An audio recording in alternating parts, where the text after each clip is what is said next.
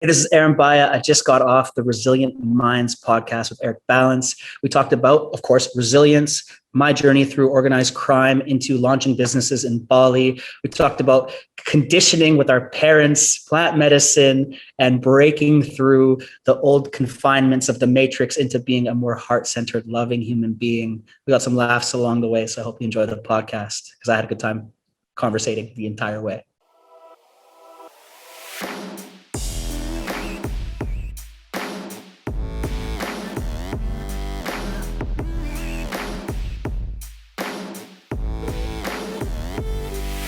Welcome, everybody, to the Resilient Minds podcast. I'm sitting here with Aren Bahia.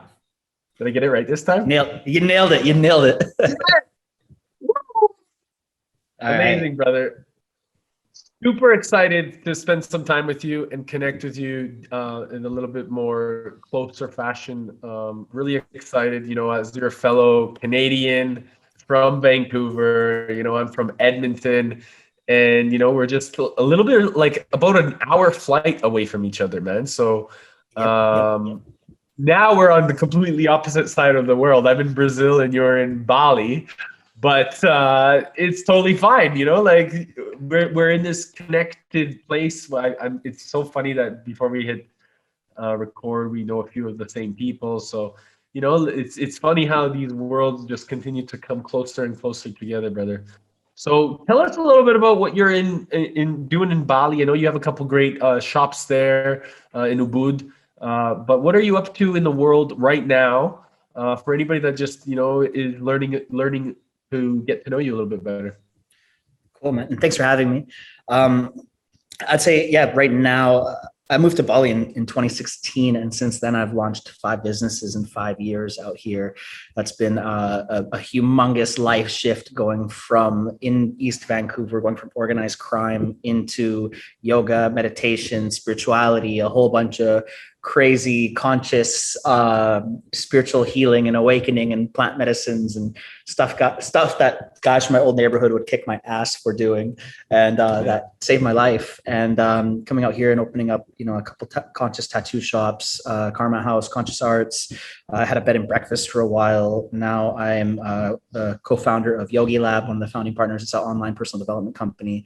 I also have my own coaching practice, and there's 2 other businesses on the way right now that we're launching during these crazy times out here. So I went into entrepreneurship coming from a very different type of entrepreneurship, and actually to be able to transform and change and do things that I'm proud and happy about and that make my heart sing was a crazy journey, and something that really, really brought me a lot of joy to go through at this point.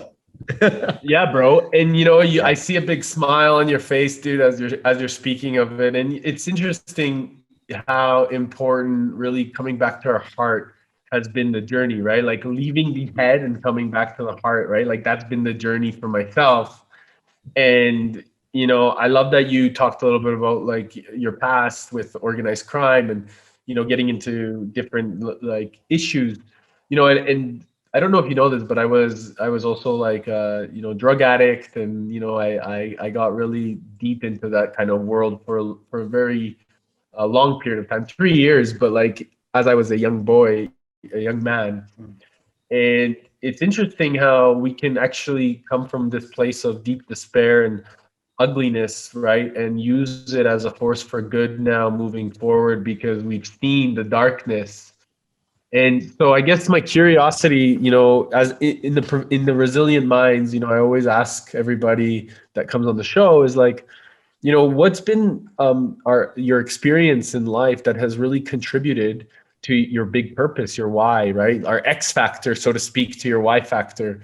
So is there some kind of a defining moment? And I know that there probably has been multiple, because I know for myself there has been, but was there like one specific time where you really found yourself, wow, like, this is time where I need to like wake up and, really start shedding a better light onto the world? Oh, yeah. There was a lot of those moments, especially coming from, I was also a drug addict. I was a drug addicted drug dealer, getting high on my own supply. Notorious B.I.G. would not advise. I broke some rules. Yeah. And and so Yeah, man, I could see many, many times I wasn't connected to purpose. And that's why I was self-medicating, as I'd say at the time, numbing myself out on opiates, Oxycontin, cocaine, all, literally every moment I was awake, I'd be high. Because I couldn't deal with the reality that I had created for myself. So I created a life I wasn't proud of, but I thought this was the life that I wanted. I thought I wanted, the fancy things, the Mercedes, the, flashy lifestyle, and I was dead inside. I was really unhappy. And then when I realized I wasn't making myself proud or living up to my full potential or actually doing anything altruistic, like I wasn't helping the world. I was just buying new Louis Vuitton belts. It was so bullshit. And I was intensely depressed, like intense depression. I would have to use enough drugs just to get that weight off of me so I could operate. And I was always a hyper functioning human being doing many things at once, to try to get away from how I really felt inside. And so there's many defining moments of that where, extreme trauma in that game where I was like, this is my life. Like I'm preparing to shoot someone if they try to rob me over, a couple of kilos of cocaine. This is really not normal or okay. And I went and did a yoga teacher training in Bali after doing iboga, this African plant root, kind of like ayahuasca's very serious, stern grandfather that's going to tell you how much of a fuck up you are over and over again and hold you very strongly accountable. And if you move to try to get away from this strong accountability, you'll throw up. So you just take it, you just sit there and take it. And it was a huge shift for me because I got to see that I was the creator of my reality and accountable for all my actions. And it wasn't fun. It wasn't an easy detox or trip or journey, as it'd say. It was difficult. And that was a really defining moment for me to actually see that I needed to make better decisions because I was responsible for it. It wasn't the neighborhood I grew up in. It wasn't the emotionally unavailable father I had. It wasn't the traumatic experiences that I went through as a child and as a teenager. No, it was my choice to make better decisions. And that was heartbreaking and empowering, in that order. Because first it was just like, you did this to yourself. And then secondly, you can do other things. Oh, okay, great. Shit. Okay. I can make better decisions. And that's where the resilience came from, was that I could choose the new reality I wanted to be in. So, in Vancouver, I was known for being this like flashy drug dealer with money and power and women and nice car and, knew everybody and, blah, blah, blah, blah, blah. And also when, I took a few losses, I didn't have those people around me. I realized how fake it was. And that was heartbreaking. Then I realized that when I come to Bali, I could choose to be a new person. I could be resilient and I could be someone that was kind and giving and loving and, supports charities and was a pillar of the community. And like, okay, I could be that. I can be that guy. I chose literally I'm going to be a good guy. And then I was like, wait, how do I do that? And then I systematically broke it down. Well, I need to do these things and I'll feel good about myself. All right, I'll go do those things. And that was like the defining moment was choice in who I wanted to be. Yeah, choice. And I think, bro, like, I loved, you talked about a few things and like how we were like, really, it was inside of you. And like, there's this like elements of decision and choice. And I think that, so often, and again, I'll speak for myself. When I was in that place, I felt like I was stuck in my head. Right. And what I've discovered, and I don't know, maybe this is for you, is that our mind, it really is something that we can use as a tool rather than just like the only resource. Right. And the intelligence that comes from our creator, it actually is embedded inside of the heartbeat. And, like, we talk about anxiety and mental disease and all of these things that people are going through in the world. And I think the common denominator is that everybody's focused on the mind so much. And so what would your suggestion be to anybody that is listening right now and like really stuck in their heads and disconnected from the fact of like, wow, like, there is a greater purpose inside of me that lives inside of my heart based off of love, based off of caring, based off of compassion. And how do I get there? Oh, wow. Yeah. As it had come from my journey, I struggled with depression since I was about 12. I started getting a lot of concussions, ice hockey, very Canadian. And so like I was like really having a tough time in my own head. And I'm sure a lot of people listening have been there where, it's not a good time in between our ears. And, that's why I would use drugs to try to make that thought process a little bit better. I wanted to be a bit happier because it was hard that I didn't have the mental skill set to overcome the challenges that were coming my way without trying to medicate or distract myself. Money, sex, and drugs. Those were the things that would really help me feel a little bit better about myself. Now, mindfulness and using mental skill sets and structures in our mind to actually make ourselves a little bit happier in our heads. That way we can connect to our hearts was how I did it. I started with yoga, then to meditation, and then to really studying mindfulness. Then I was able to actually open up to my heart and be like, wow, there's more in that. And one of our businesses, Yogi Lab, we give free Vipassana to the whole world. We have a free meditation retreat every month from the 11th to 22nd online. And it starts with learning Anapana, that's mind controlling the breath and focusing on the breath of the nose. And then Vipassana, feeling sensations throughout the whole body. And then on day 4 in our course, you actually get into metta, which is into the heart. And that is the most powerful part, is actually spreading love through the heart and connecting to everybody. And just being a shining Wi-Fi router of love is so healing. It's crazy. And you don't think about that anywhere else, where I could just shine love on people and I'm healing myself and I feel amazing. My business partner, Dave, AKA Meditation Dave, you can guess what he does. He's the one who taught me a lot of this. And it was crazy because we both came up from real rough areas. Like he came up in the hood in London, a very traumatizing, rough startup. You got to have him on the podcast next. He's an inspiring character. I can't wait. I can't wait. Yeah. He taught me this, where it was like, yeah, you've been through shit. I know that. Yeah. Okay. So have I. And you got to be able to connect to your heart and be able to shine that love out. And it comes starting in your head first. Can you use your mind as an ally? Can you master your mind and use this as something that helps you rather than, fucks you over? Because that's what it had been doing many, many times before that. Right. And I had to be more compassionate to myself. Really, I wasn't my own best friend. I was at times, a bully to myself in my own mind. And self-love has been the journey. And so many people are, by the way, like that's a common thing, right? Like yes. There's some of the things that we say to ourselves that we would never say to anybody else. Totally. Never say. You know what I mean? Yeah.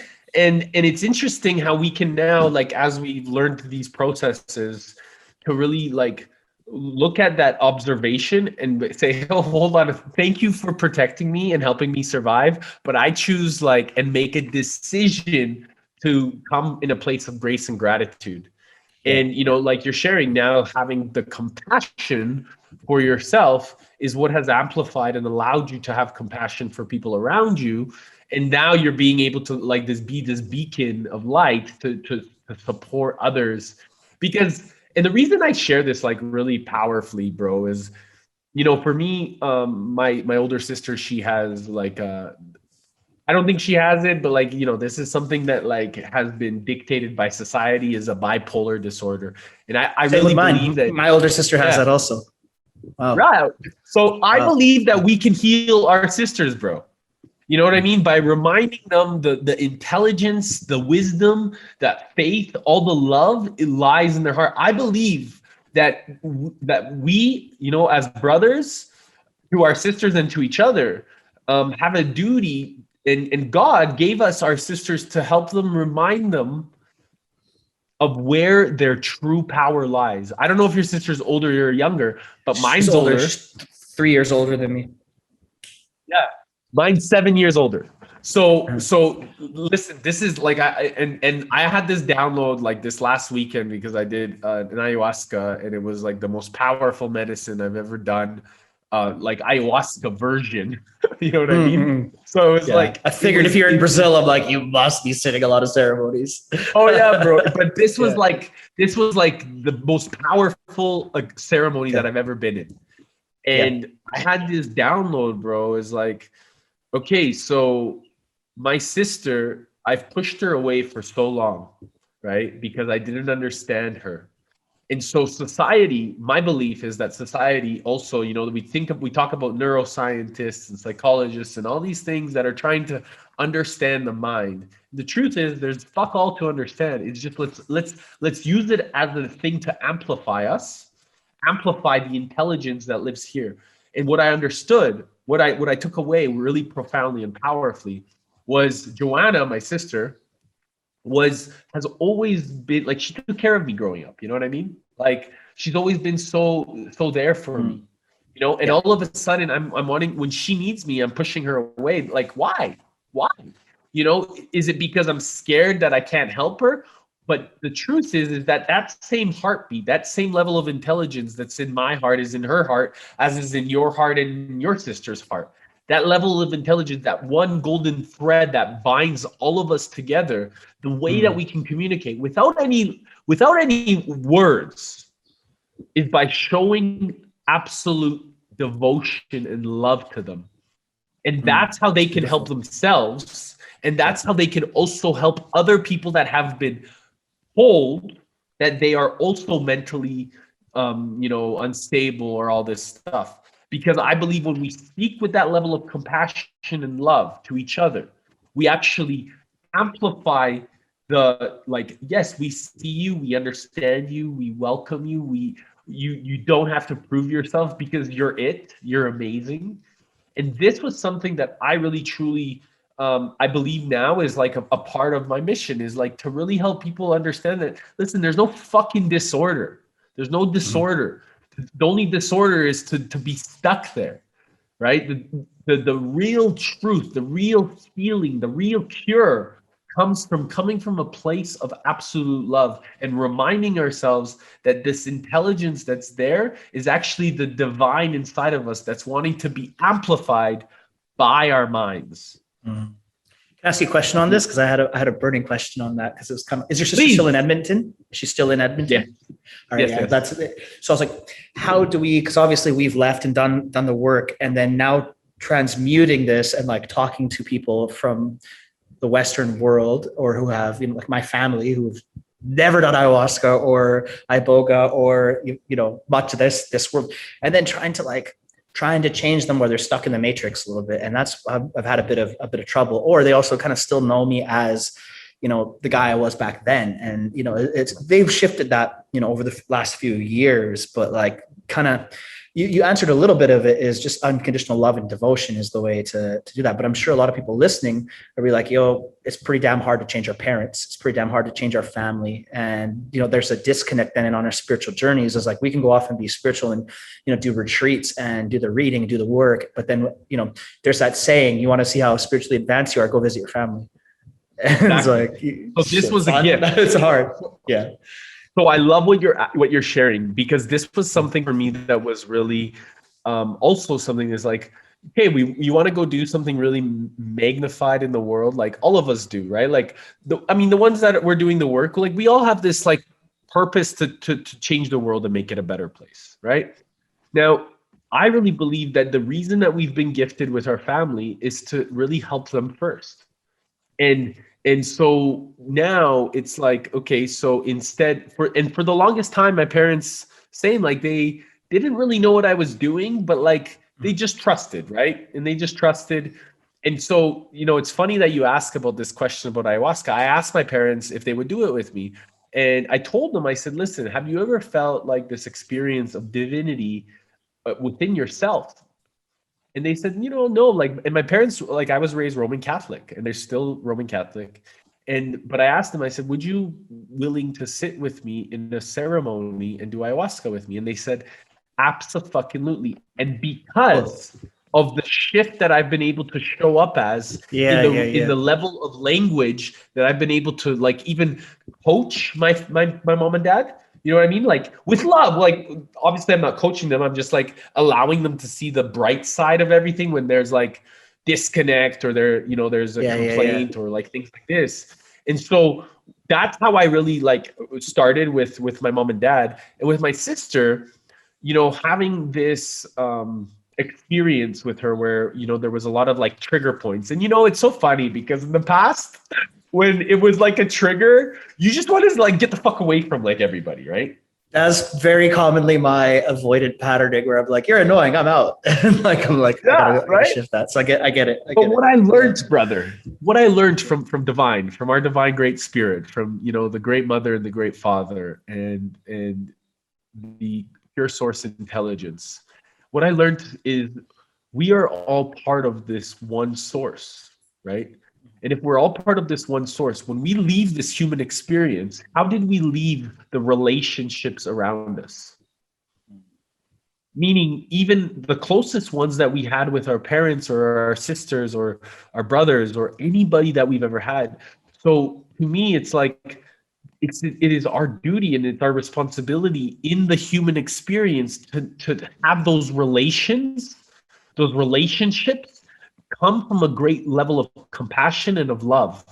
And so I am going to do the best that I can. And knowing that I do the best that I can, even when something is triggering me, at least leaving that place with a pure essence, with like my purity and sharing my like ability to just love on them is what's going to allow me to know that I left this world with all my energy and might, knowing that I did the best that I could. And that, my friend, is like how I find compassion for myself, you know? Yeah, I hear that. That's powerful. Yeah, I like that your folks would be down to do ayahuasca. And, you know, my parents saw that too. Cause like, yeah, man, my folks were, did you ever watch that 70s show? You remember that sitcom? Yeah. My dad is like Red Foreman, like the hard ass, and my mom's like Kitty, like the socialite. Like those are the two like archetypes my folks are, and they definitely like the Ubud hippy dippy life. They'd be like, "What?" But my mom saw the shift in me when I went back for the first time, and I was like, "Come out to Ubud, you know, come check it out." She did a yoga teacher training, which was huge. That was wild. She was a librarian. Like, it was totally out there. My mom got a half sleeve tattoo at my shop. Like she shifted. She's down. My dad got tattooed at my shop, and they're like really like normal as fuck people, right? And so super, because they saw the shift in me. So they saw that selling cocaine, we're not finding guns at the house. Great, you know, like cool. What are you doing? I'm like, a lot of yoga, a lot of meditation. They're like, okay, we'll try it. And they gave it a shot and they liked it. They had it. When they were in Bali, they were both shining. They came separately. They were shining. And then I think it's hard for people to go back into the Western world because they're just surrounded by, you know, all the conditioning, you know, and it's like it kind of sometimes you ever think about going back to Edmonton and you're just like, fuck that. but like, brother, and this is the thing. Back. So how do you feel? How do you feel like when, for anybody that's listening to us right now, how do you feel like, you know, they are in Edmonton or in Vancouver or, you know, Southern US or where in any of the Western world, and they are like really struggling with this external presence of energy. And, you know, I really feel like at that point, people sometimes becomes victim of circumstance, right? And I know I know about that. Yeah. You know, and I feel like what if we could help them understand that they're the creator of their circumstance, right? Yeah. There's something I talk about a lot was that, and before Iboga was that I thought that I was that way because of the area I grew up in. And then having a bit of a pause and a shift to actually take accountability for what happened. And so like, I feel like I could go back and it's been easier going back, you know, the last few years because I just more solidified in my practice and who I am and where I'm going, that I could go back and shift my family and be positive around them and see them change. But the first little part of it, I think that takes a lot of courage. It takes a lot of strength to be able to stand up to everyone else's conditioning, because you changing threatens their way of life is the way that it usually would come across as. If you're not what I think you are, then who am I? You know, that's what often will come up for them, right? And I'm sure a lot of people could resonate with that. And you're just like, well, I'm going to do me, and you got to stay on that path and not falter from it, and then eventually they'll come around, because people can get used to anything. Yes. Right. And that's the thing. I think what I love here and what you're sharing is like, it sounds, what I'm hearing is like, build the best relationship with yourself. Definitely. You know, because the more that we build the best relationship with ourselves, the better relationship is with our creator. And then as a result of that, we build the best relationships with the people around us. Yeah, absolutely. And that's been a huge part of the work, really, because our relationship with ourselves and our inner world dictates how we respond to all of the things coming externally, you know, everything around us. I was talking with Dave yesterday, and I'll link you guys after the show, and we're talking about interpersonal astrology. And I was like, this is a fucking cool concept. I like it. We just Cool. like thought of it on the spot. And because he was talking about astrology earlier, and I was like, yeah, but what about the effect of gravity of other people in your life? And, and also what about the effect of the gravity of your presence? And that's something that you can actually train, right? The more that you deepen the connection with yourself and your presence and the power that you have and the power and connection you have with source, the deeper magnetism you'll have. And Dave's not a big guy. Dave's like 5'8". I tower over him. And his presence is strong. Like you feel him in the room. He is a strong person. You ever been around somebody who's small, but they're not small, they're big. Yeah. Like they're and that comes from his coherence. You know what I mean? The coherence that he's created inside of his heart to his brain. And I think that, bro, like it's so beautiful because we're on very similar missions and we've been through a lot of the similar, like a very similar story. And understanding this is really beautiful because I feel like I'm talking to somebody that like literally is a mirror of so beautiful that I believe that so many individuals in this world, we're all mirrors of each other. There's a reason why we get to meet each other in a specific way at a specific time in our lives. Mm-hmm. And so when people are getting triggered or like by an external circumstance, I really feel, just like we talked about early, that's our opportunity to share what we need to like go inside of and work on ourselves. And I think that's the biggest gift that we can really create for everybody out here that's doing the work. So, bro, going back, focusing to some of the plant medicine that you've done. It's amazing that we can have this conversation too. Is like, and people have said this to me too, and I'm curious to know what your response is.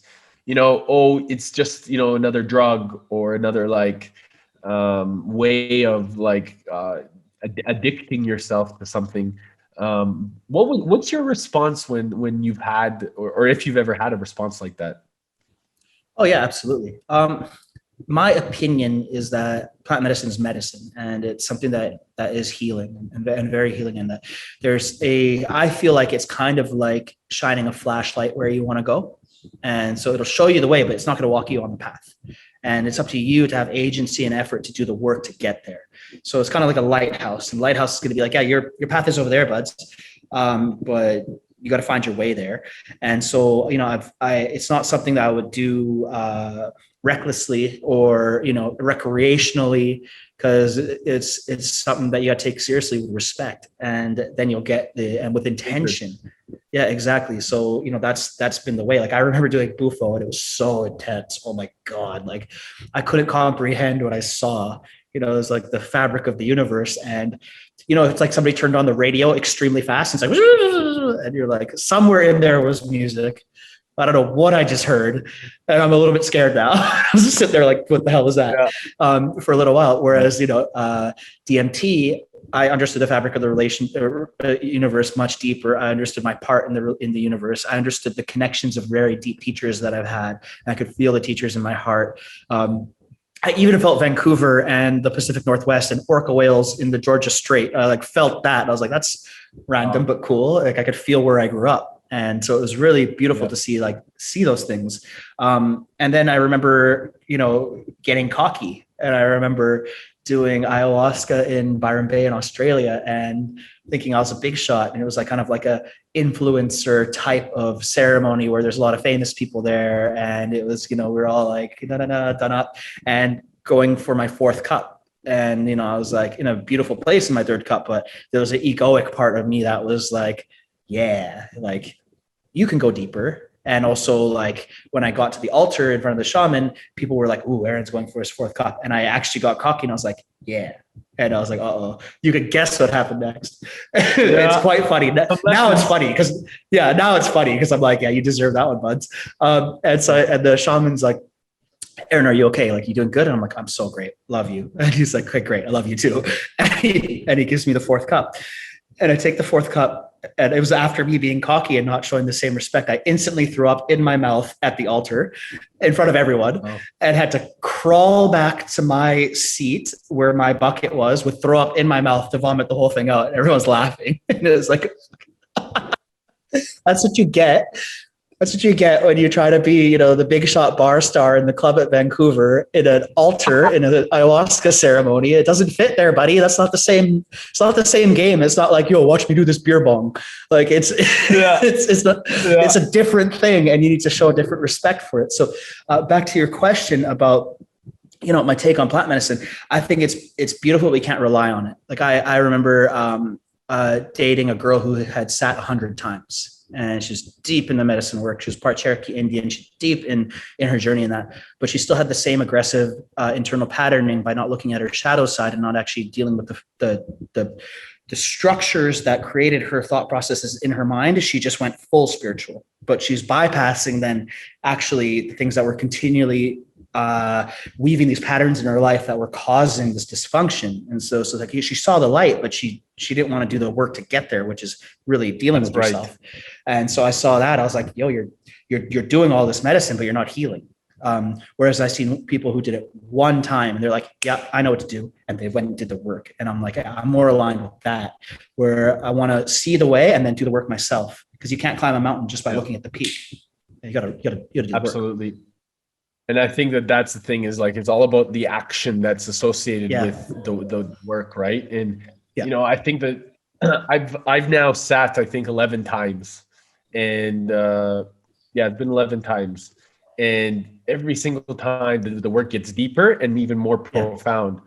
But the thing is that every time it's so amazing, because every single time that I do and I sit, the days after, I just get so much done, right? Like so much work gets done. Like my team and everybody's like, fuck, Eric must have been praying this weekend. Like, you know, like, and I think that's the biggest thing that I definitely take away from it is, you know, you have to do the action. You have to do the work, both spiritually, but also like, that's why there's this beautiful experience of being a human. And, you know, like here in Brazil, they do sananga at the end. Oh, wow. Yeah. Right in the eyes. Yeah. Right in the eyes. So it's like, it's, and for those that are listening, sananga is like this medicine it's an eye drop. And it basically, you feel like you're going blind, and it's supposed to remind you and give you the resilience and the strength that when you keep your eyes open, that's exactly when the work is supposed to be done. And it really is a profound level of sharing and service that's given to you, so that you can remind yourself, wow, like it's when I have my eyes open that I need to, and I must be doing the work. Like I must be executing. Right. And so, bro, thank you for that. Like, I really think that there's a lot of things. So when people come up with these different ideals, because, you know, we also spend a lot of time around, you know, the unconscious, right? I you know, like, we have been unconscious in the past. And so when there's these different sets of opinions, and we talked a little bit briefly about, you know, our families and things like this, but like, you know, just anybody that, you know, just is walking their way of life, walking their path, and, you know, they're laughing about it or they don't understand it. Like, how do you show up when people disagree with you? Oh, bro, that's been like that's the work for me right now. You know, and it's funny that you say unconscious, because I've been doing hypnotherapy lately. It's so powerful. Oh my God. I was like, I'm too smart to be hypnotized. Fuck you. What are you going to do? Bring a spoon or something? Get out of here. And then I actually did a session, because one of my business partners is hyper practical. AJ, you got to have him on. He's a high performance coach. He's very practical, but he's also, you know, dating a psychic who's like, you got to tap into your unconscious. And he's been going down the spiritual path. And it's been very interesting watching his journey around this, because he's very open to it, because he sees the practical use of going into spirituality. And that's what we're all about with Yogi Lab, is like, okay, if you're doing spiritual stuff, is it practical? Is it going to help you today, right now? And that's like, we're very practical about it, but we're journeyers, we're seekers. And so, you know, I did this unconscious work, and the first session I did with him, he's like, okay, what do you want to work on? And I'm like, I want to work on how I deal with conflict. Because where I came from, if someone checks you, if someone, messes with your ego, it's a threat to your status. And I would think that anyone disagreeing with me was a threat to who I was, rather than this could actually be a way to help me be a stronger human being. And especially when it's coming from like Dave, like one of my close friends, who he checks me hard. He's one of the people that will tell me how it is. And you gotta value those people in your life with love. But he's like, it's a love hammer. but what's great about it is it's straight truth. And unfortunately he's most of the time, like 95% of the time. Dave's right. You're like, motherfucker, that's because we're students at the end of the day. And I love that. I love that. Yeah. So I did this unconscious hypnotherapy work to actually be able to take feedback and conflict as a blessing and not an attack. And it was crazy powerful. It was really interesting. And I could see where the patterning was coming from. I could see it was coming from childhood. I could see it was, getting bullied when I was a fat little chubby boy, and, maybe being told I was not enough, or I didn't fit in. And then growing up in a rough area. So then if anybody was, bad mouthing me in any way, you had to fight them. It was just like, no, I'm not going to get disrespected. How dare you disrespect me? That's a threat to my manhood, as an adolescent. And you could unpack all these things, and you see the pathway, and you're like, oh, that's why I'm this way. I can make a change right now. And anytime there's a direct feedback, I can choose to be like, oh, thanks, I didn't see that. Cool. Thank you for pointing that out. I appreciate it. And that took so much off of the pressure. It took so much off of the defense mechanism, the timing it would take, the strain on the relationship, the hurt, the perpetuation of anger, a time wasted. It was like, wow, there's high ROI on being accountable and taking feedback well. If you got super practical about it, the return on your investment of taking feedback well is massive. And I was like, oh, okay. This is worth looking at. When we become the students, that we also become the teacher. And then when the greatest, like when we're both students and teachers, then we get to like really always know that we're learning and realize that we don't know fuck all. It's like, it's amazing. There's so much information that we don't know. And it's so beautiful to learn from the people that we surround ourselves with. So tell me more about like, what with regards to Yogi Lab and any of the online presence that you're doing right now, because I'm certain that if anybody wants to know a little bit more about you, I'd love for them to like have a little bit more understanding about like the beauty that you're up to in the world. Thank you, brother. Yogi Lab is an online personal development company. We put out courses and classes. We just launched a membership area where we're all coaches. So we're all life coaches. I specialize in branding, marketing, life coaching, business startup, because that was something that I always kind of idea generation is my passion. I love jamming with my clients and coming up with great ideas. It just brings me so much life and so fun to do. So I help people start and launch their businesses and think of new angles and ideas. AJ is the high performance coach. Dave is the meditation teacher, and he's teaching for free right now. But we got for everybody to have a chance to practice. Brian's the breathwork teacher. Sasha's a relationship coach. You got to have the whole team on the podcast. They're incredible. Each one of them is a master in what they do. Yeah, they're all just high level human beings. And we created a membership area so you could get coaching from all of us. Instead of our rates are, they're not cheap to do a one-on-one with us, but you could have all of us for $67 a month. And we put out master classes each month on a certain topic. And we thought this is going to be the way that the things and techniques that brought us power, that allowed us to be successful business people in Bali, we could teach these to people. And our real aim is to actually give power to the impoverished, to give power to people that didn't have that the same deck of cards. I mean, all of us grew up in rough areas. Like all of us didn't come up in money. And we were able to make it to build an amazing life. So we're like, okay, we can help that to people who had even less than us, because at least all of us grew up in the Western world, even though a few of the guys grew up in Lithuania, which I hear is a little rough too. But there's people that we're helping now that are in India, and there's people that we're helping in Africa that are taking our courses and classes and building their brands and meditating and doing that. And we're like, yes. Like, that's so awesome to see that we're able to help people that everywhere in the world that just want to shift. So Yogi Lab's been super fulfilling.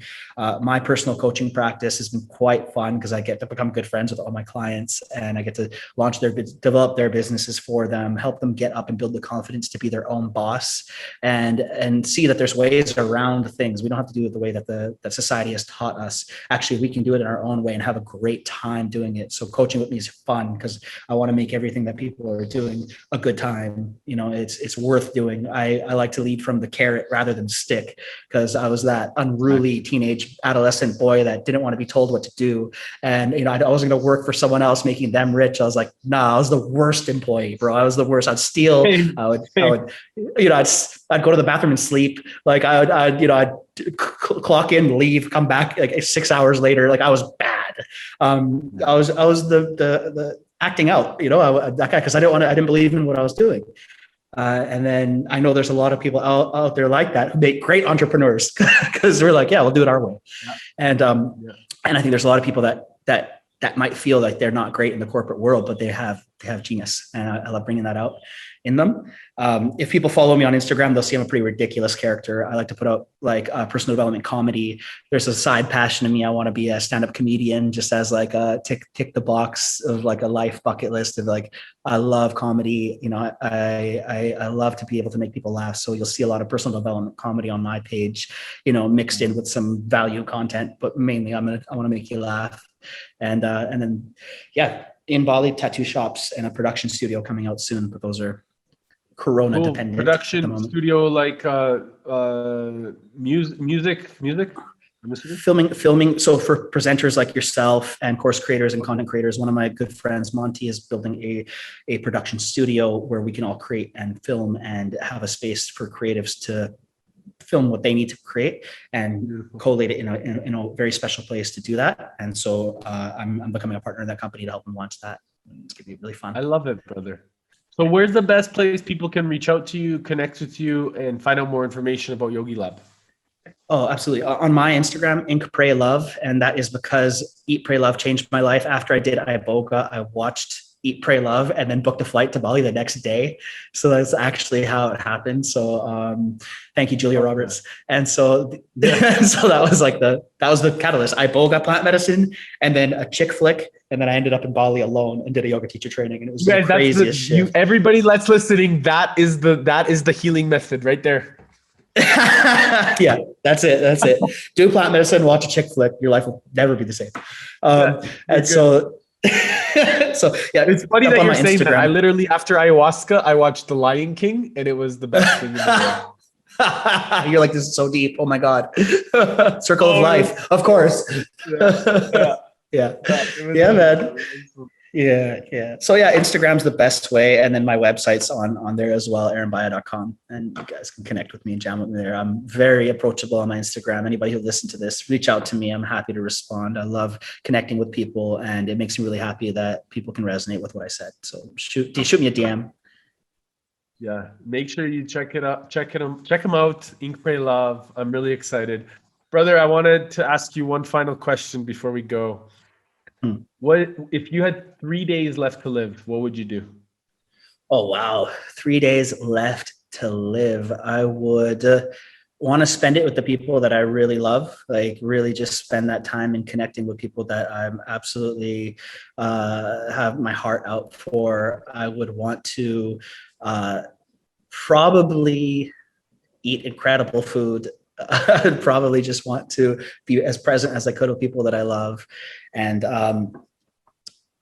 I'd probably want to set up, so get my affairs in order. So I donate everything I own, all my businesses, everything to charity, and just set up the school that I fund for mentally disabled Balinese children that I promised that I would support as long as I'm in Bali, or well, forever. And I would just put all my businesses in that foundation's name, and I would just set them up. So at least I know that the good that I want to do would continue doing good, and I'd continue making an impact. And then I would probably eat a bunch of delicious food, because I love food. So I'd probably be foodie vibes. But brother, bless your heart. Honestly, thank you so much for your kindness, your sweetness, your love, and your intention, and the way that you show up in the world, brother. I'm very grateful to to call you a friend now, you know, like, Yeah. We're always brothers, but now we just finally got to meet. We're connected, So brother. I'm just really grateful. Yeah, we're definitely connected. Is there anything else that you want to share? Any last words? Last thoughts? Just based on the topic of this podcast, resilient minds. And I think that resilience comes first with compassion, accountability with yourself, and then picking a new direction. And that's what I think a lot of people can forget. Like, okay, how do I be resilient? Well, where do you want to go? And ask yourself that first. If you want to change your mindset, well, pick a new you, and you can just work towards that. And that's how resilience starts, is bouncing back with direction. You can't just bounce back to where you were. Bounce back to the new you, and then take the steps to get there. And that's what I did, and that's what really worked for me. And you got to visualize that. And when we get Dave on here, he'll teach you about visualization. He just put out a book about visualization, how he went from rags to riches, and went from being, in the hood in London in poverty to owning a $10 million meditation retreat center on the cliff here in Uluwatu, our headquarters, because of seeing it. And I went from being, a drug addicted drug dealer to opening 5 businesses in 5 years in paradise, because I visualized it. I wanted to be somebody who did good. I visualized it. I saw that. And that's what resilience is all about, is, yeah, you can bounce back, but what do you want to bounce into? Not bounce back, bounce to. And I think a lot of people can choose right now on this podcast, while you're listening to me talk, to think about, how do I want to be at the end of this podcast? Do I want to be a bit more of a loving presence? But you can choose that right now. Do I want to go hug somebody or message my sister or do something super sweet, or just drop into practice or make an impact, or, be kind. You can choose that right now and go do it. You'll see that you can bounce into a new you. I love you, brother. Sending so much love Love to you too, you. And thank you so much. Thank you for this. Super grateful for you, man. And we will definitely talk soon, my friend.